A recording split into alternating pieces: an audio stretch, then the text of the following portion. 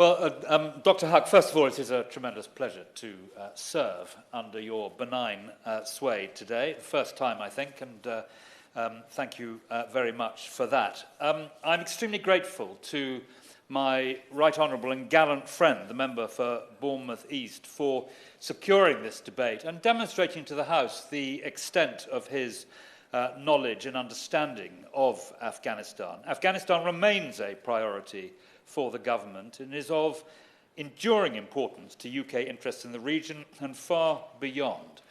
We want to see a sustainable peace and stability in Afghanistan, and we remain committed to a leading role in the humanitarian response. And I will seek to address all the points that have been made in what I think has been an extraordinarily good debate with many knowledgeable and experienced contributions. My noble friend, the Minister for South Asia, would have been delighted to take part in this debate, but as he resides in the other place, it is my pleasure to respond on behalf of the government. Now, as I said, Dr. Huck, my right honourable and gallant friend spoke with experience and knowledge, and he made it very clear that the Taliban are not one monolithic movement, and I will come back to that. He spoke with great eloquence on the sacrifice, including from members of his own regiment.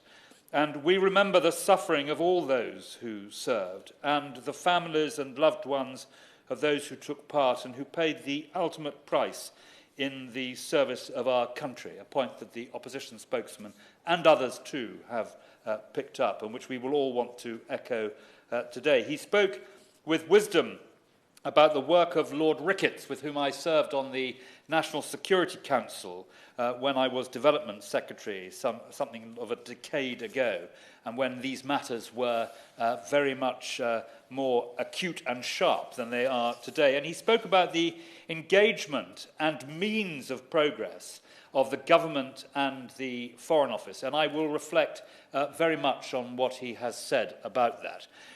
He drew a firm difference between the rulers of Afghanistan and the people of Afghanistan, as did the Honourable Lady for North East 5, and the importance of education as a significant bulwark against terrorism.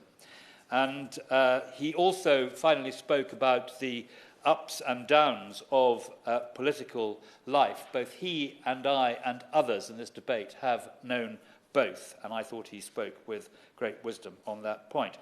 The Honourable Lady for North East 5 spoke about the gender apartheid, and of course she is entirely right to make that point. She spoke about the merger and that she hoped that development and foreign policy were marching in step in Afghanistan. She will have seen the words of the Foreign Secretary, Lord Cameron, yesterday to the Foreign Affairs Select Committee, and noted both his and my determination to achieve that effective result. My right honourable friend for the New Forest East, who chairs the Intelligence and Security Committee, spoke with his usual wisdom and asked me about the resettlement schemes, as indeed did the Honourable Lady for North East 5.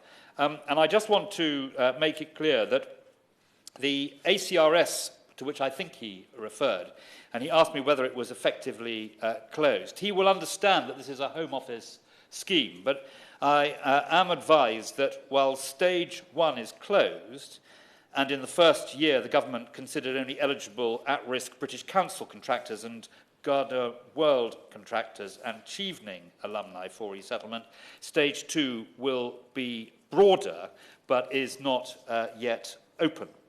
He mentioned the many difficulties for ordinary Afghanis as a result of the nature of Taliban rule. And my honourable friend for Strangford advised us of the experiences of within his constituency of those serving in Afghanistan, and made, as he often does, an eloquent and highly effective plea on behalf of Christians who are suffering so much in the way that he described. And I will specifically refer his comments to my honourable friend for Congleton, who, as he will know, is the Prime Minister's envoy on these matters. And the honourable member for Glasgow Central spoke about the importance of those who are seeking to study in Scotland, and I will refer what she has said to the Home Office on the subject of Pakistan and deportations, which she and others raised. If you will just hang on a moment. Since September 2023, we have committed £18.5 million to the International Organisation for Migration in Afghanistan to support vulnerable, undocumented people returning from Pakistan and Iran. We are monitoring the situation in Afghanistan, including the humanitarian and human rights implications, and we note the Taliban's creation of a refuge commission to aid the resettlement of people returning. The Pakistan government has given verbal assurances that Afghans under UK settlement schemes will remain safe while they await relocation to the UK. Letters have been distributed to every eligible family, I am advised, to ensure the authorities are aware those individuals are under our protection. Eligible families are advised to take sensible precautions and made aware of how to respond if approached by the police. Now, if I can turn to the Honourable Member for Argyll and Bute, who set out the appalling basis on which women are being treated and the effect of the ban on their own humanitarian situation as well as the wider situation, and also paid tribute to the work of Baroness Helena Kennedy, to which I would also like to add the work that is carried out by Lady Fiona Hodgson as well. And the opposition spokesman, if I may come to her finally before I return to the substantive points I want to make, can I thank her for her words about our service men and women. She raised particularly with me the issue of malnutrition. I would draw her attention to the work of the Global Food Security Summit, which took place at the end of November, where I announced an additional £10 million to this year's spending in that respect. And the humanitarian spend next year will rise by nearly 50% to £151 million. And of course, in addition to our bilateral spend, we also work through the agencies who are engaged there as well. And she spoke finally about the BBC World Service, where I completely agree with her about the effectiveness, and that is why the Foreign Office and the government remain very strong supporters of the BBC World Service for the reasons she set out. Now, if I may return, Dr. Huck, to the... I will give way, but can I make some progress first, in case I run out of time?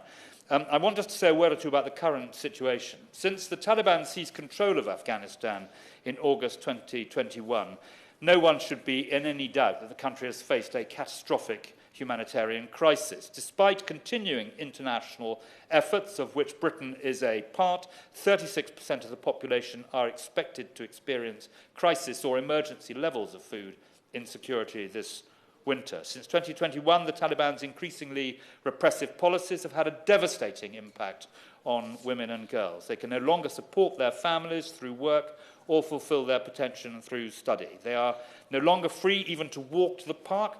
Limitations on women's rights to education, work and freedom of expression have taken a terrible toll on the hopes and dreams of millions of Afghans. As was set out eloquently during this debate, women's suicide rates have surged. Alison Davidian, the country representative for the UN Women, characterised Afghanistan as being, and I quote, in the midst of a mental health crisis precipitated by a women's rights crisis. And rights have been rolled back elsewhere too. Minority groups such as the Hazara people face discrimination and attacks. The position of the United Kingdom, Dr. Huck, is that the UN security resolutions have consistently set out the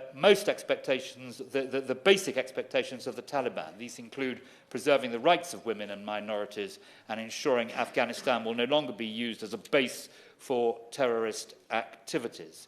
Our senior officials speak regularly to the Taliban, including to secure the release of 4 British national detainees last October. Officials also visit Kabul when the situation permits, including a visit last month from the British Chargé d'Affaires to Kabul, where he met a wide range of senior Taliban figures. Regardless of the complexities of the relationship, the UK government has helped lead the way in securing the Afghan people. And in respect of his plea about the embassy, we will note what he has said and keep that very much under review. On the subject of aid, we've disbursed more than 600 million since 2021 in aid for Afghanistan, and we do remain one of the most generous donors to the humanitarian response. Our aim is that at least 50% of people reached with UK aid will be women and girls, and we have supported 125,000 Afghan children, 2/3 of whom are girls, to access education in the last year.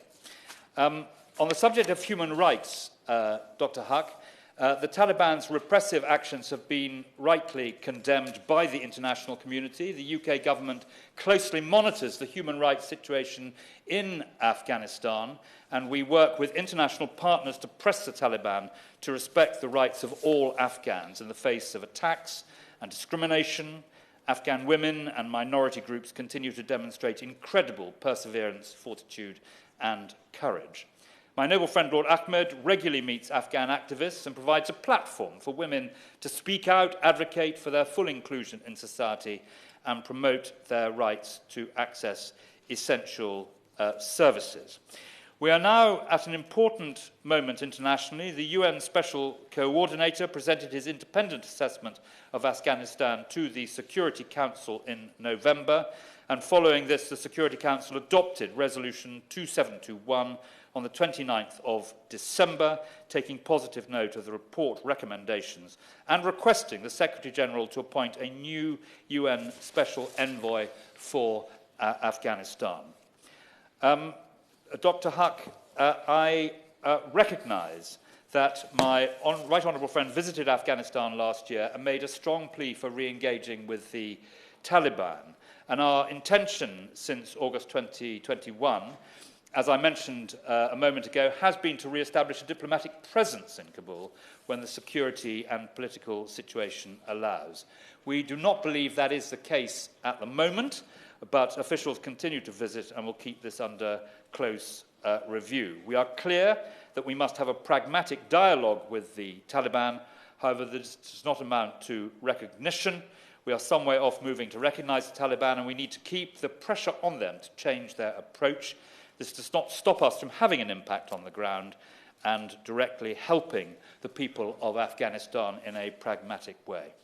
In conclusion, Dr. Huq, I would like to thank my Right Honourable friend very much once again for securing this debate, and I look forward to engaging further on this issue with members across the House. Afghanistan remains a pressing priority concern for this government, and we will continue to play a leading role in catalysing international aid efforts. Vice, I will conclude